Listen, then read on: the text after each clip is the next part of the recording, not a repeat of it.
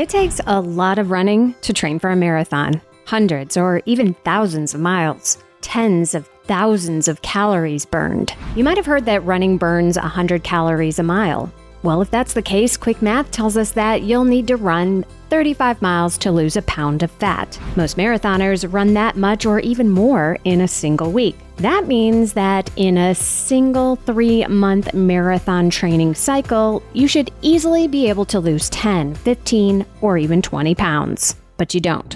In fact, you actually end up gaining weight. How is this possible? And also, why is this so unfair? Gaining weight while training for a marathon is more common than you might think. But before I get into the details, I first want to say that any discussion of weight and running can be triggering and controversial. Our sport has a dark history of encouraging runners, especially young females, to be thin to win. Many young athletes to this day are deliberately being fed this dangerous advice, and for others, the message is far more subtle, yet equally as damaging. As important as it is to share the absolute truth of healthy fueling for performance at any age or weight, today's show is not about that. I want to explore the experiences of the everyday non-elite runner who is struggling to train for a marathon while also trying to lose weight.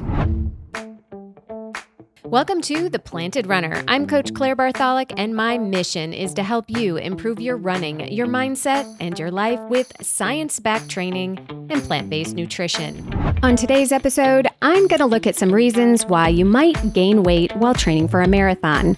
You'll learn why running lots of miles is no guarantee of fat loss, why actively trying to lose weight while training for a marathon is bad for both of those goals, and I'll share my own story of weight loss while training for fast marathons. If you need even more help, you can order my book, The Planted Runner, Running Your Best with Plant-Based Nutrition, wherever you get books, or request a copy from your local library. Or you can enter to win a copy for free just by writing an Apple Podcast review. I choose a new winner every month. Don't forget to stay tuned all the way to the end of the episode for another Mental Strength Minute. Fortify your mind in 60 seconds or less. Perhaps one of the reasons you started running was to lose weight. That's why I started too. Or perhaps you've run for a while but never seemed to lose the fat that you were hoping to. Or maybe you've never had a weight issue in your life, but as you age, you're seeing things in the mirror that you've never seen before. I want to say all of those reasons and many more that I haven't even mentioned are 100% valid. It's important to emphasize that runners can be all shapes and sizes, and that your lightest weight is unlikely to actually be your fastest or your healthiest. But it's also perfectly fine to have aesthetic goals as part of the reason you eat well and exercise. What I have found in my own personal experience is that aesthetic goals can be a truly motivational place to start, but they are rarely meaningful enough alone to sustain indefinitely. Accomplishment and identity goals seem to stick around a lot longer and often have the pleasant side effect of a more fit appearance as well, but not always. All that being said, gaining weight while you're training for a marathon is a common experience. So without any judgment, let's explore why. How is it possible that many people manage to gain weight while training for a marathon? The first reason the scale might be going up instead of down is if you are gaining muscle. This is particularly common with newer marathoners whose body composition can change quite dramatically with the increase in training. So while a pound of muscle weighs exactly the same as a pound of fat or a pound of feathers, it looks a whole lot different on your body since muscle is more dense. Hopefully the weight you are gaining is muscle that helps propel you down the road farther and faster, so muscle gain is rarely a bad thing. But there's also a reason that elite marathoners don't look like bodybuilders. Too much muscle, especially upper body muscle, doesn't help move your body much faster at a certain point, so it can literally weigh you down. But if you are training properly for a marathon, gaining huge muscle mass is quite challenging to really do, unless you're spending the same amount of time weightlifting as you are running while eating a lot of extra calories. You need to be in a calorie surplus to gain muscle. Running is a catabolic exercise, meaning your body breaks down tissue to do it. When you eat and rest after running, your body builds and repairs. If you keep your calorie intake in balance with what you burn, you will not gain huge muscles or get super skinny, unless that's your natural body type. But if all marathoners' weight gain was attributed to gaining muscle, we probably wouldn't be having this conversation. Some runners unfortunately do worry about gaining any kind of weight, muscle, or fat, or something else, mistakenly believing that even muscle gain will slow them down. But I would say most runners are really only concerned about gaining fat. Fat is essential for human life, of course, but extra fat does make running harder and presumably makes us slower on the race course, right? So let's get lean as possible to nail those PRs.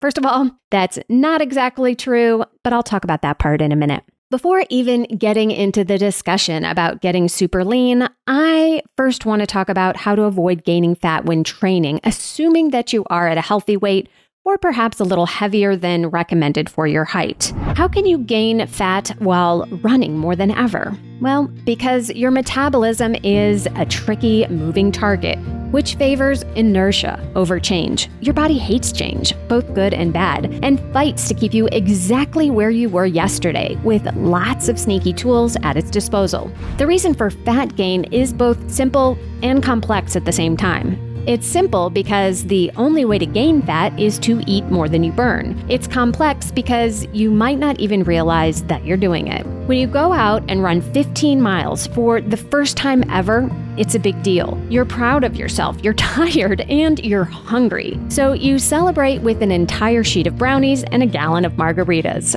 Okay, maybe you don't do that every time, but rewarding yourself with food and drink after exercise can lead to unexpected fat gains for two reasons.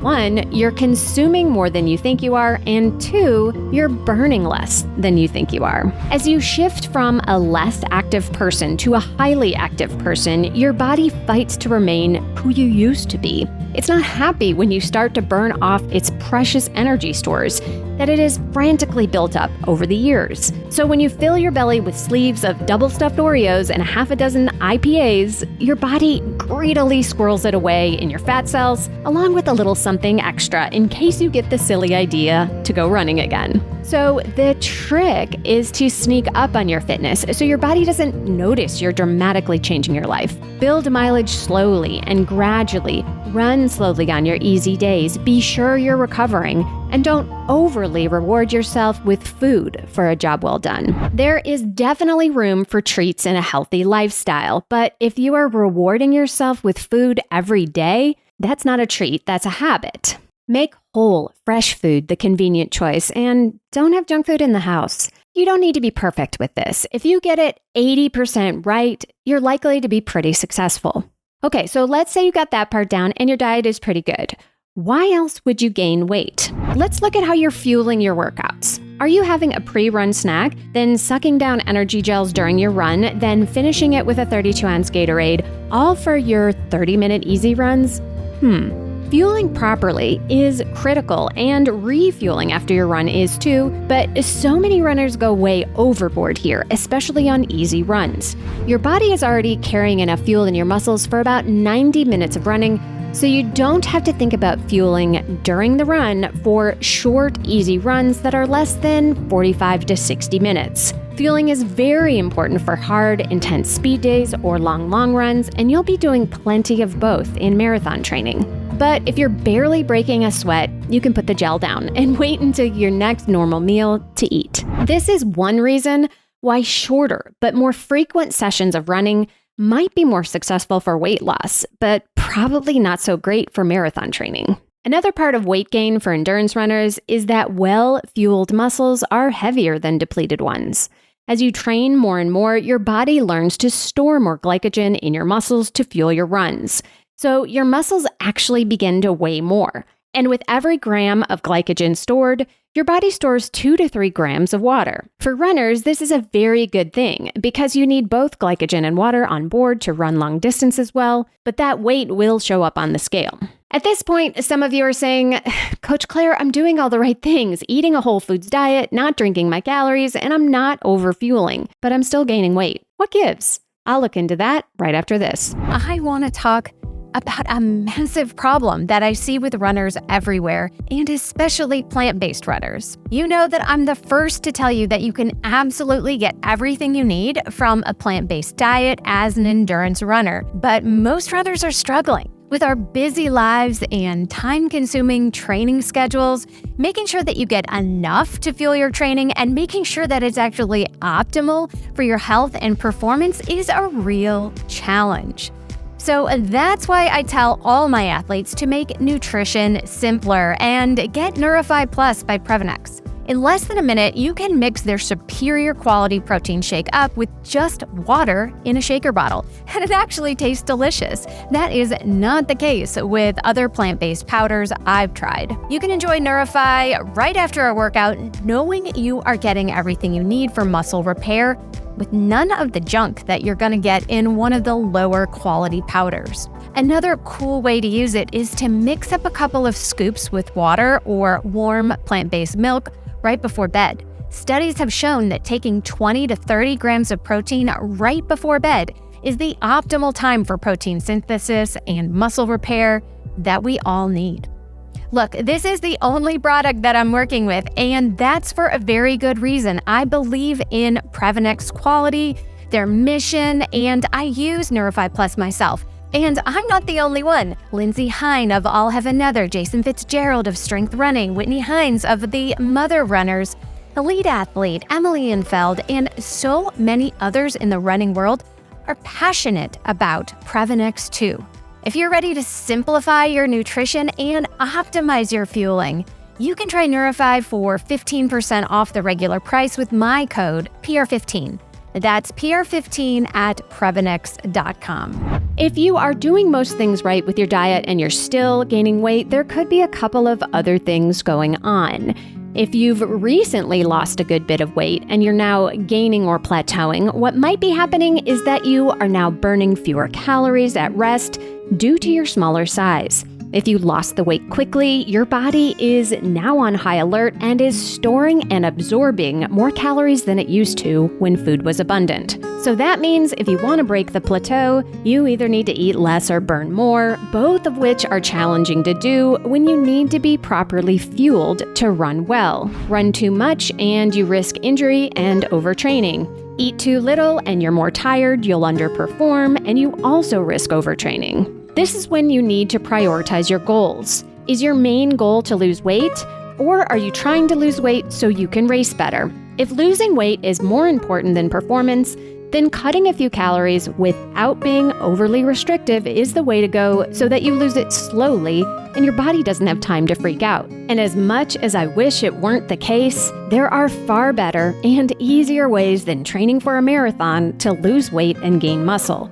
If you try to do both at the same time, you won't be very successful at either one. Now, if you are a healthy weight and you're trying to lose a couple pounds to shave off a few seconds off your marathon time, you're focusing on the wrong metric. Training and experience will make you a far better marathoner than simply having as little body fat as possible. I know this from personal experience. I fell into the trap of trying to be as tiny as possible to run my fastest marathon. I tracked every calorie I ate for months to get down to what I thought was my magic race weight. At first, it worked, and I PR'd. Naturally, I thought I was so smart and disciplined, so I tried it again for the next race. But the same techniques no longer worked, and my body was having none of that nonsense. I found myself needing to cut even more calories to get the same results, and it still didn't work. I simply could not get that skinny again without starving myself, and thankfully, I knew that eating 1,000 calories a day while training was a stupid thing to do. So for my next race, I was a few pounds heavier, but I had great training and more experience, and I PR'd again.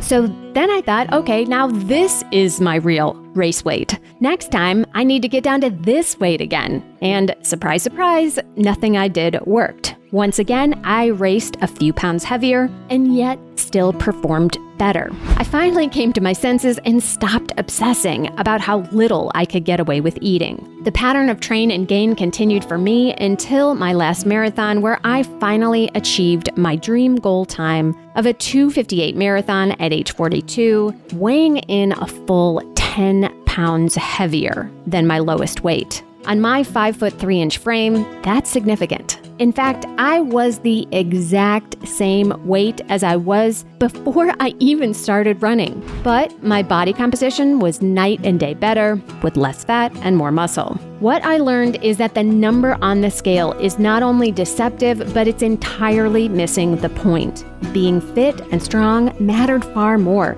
and made me far faster than simply being light. Not to mention, you'll be a far nicer person to be around when you're actually eating enough food. Being as lean as possible is a huge restrictive commitment. It will affect your relationships, how you celebrate, how you spend your time. So really think about how important those last couple of vanity pounds are to you. I promise you that you can be fit and fast without starvation or obsessively worrying about the scale. If you want to lose both fat and train for marathons, do one of those things at a time. Train for a marathon and fuel properly. Then after you recover, spend a cycle running shorter distances more often, walking and lifting more, while being mindful of being in a slight calorie deficit. And whatever your training goals are, keep it simple by focusing on whole foods, mostly or entirely plants. Keep the easy days easy and the hard days hard. And now it's time for the Mental Strength Minute. Fortify your mind in 60 seconds or less. Today's topic is find your floor. As runners, we often have big goals and have hopefully made a solid plan of what to do each day to get there. But there will be days, no matter how committed you are, that you just don't want to go out for a run. Maybe the weather's bad, maybe you're a little tired, or maybe there's no real reason other than you don't feel like it. While it's certainly good to take a rest day when you need it, you don't want to make skipping your runs a habit. So find your floor. What is the minimum amount that you can run today to check the box? Is it just 1 mile, 3 miles, to the end of your block and back? Whatever it is, give yourself permission to do the bare minimum instead of just skipping it. Often, you'll feel better once you start and you'll end up running more. But if not, you still gotta run in and kept up your consistency, which is by far the most important part of achieving your goals. Thank you for listening to or watching The Planted Runner, part of the Evergreen Podcasts Network. Don't forget that you can win a copy of my book for leaving an Apple Podcast review, so be sure to write yours right after your run today. Reviews are the #1 way to boost this show's reach, and it's a great way to tell me what you'd like to hear next, because I read every single one. Have a great run today.